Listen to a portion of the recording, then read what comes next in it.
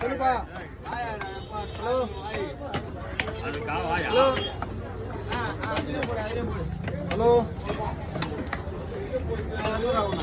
Just tell me what you want.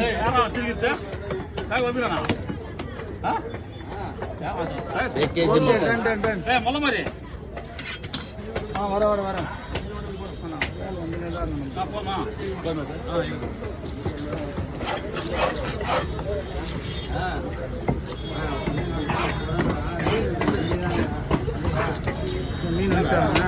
எங்கண்ணா வந்து மீனும் இல்லைண்ணா, துண்டு மீன் தானே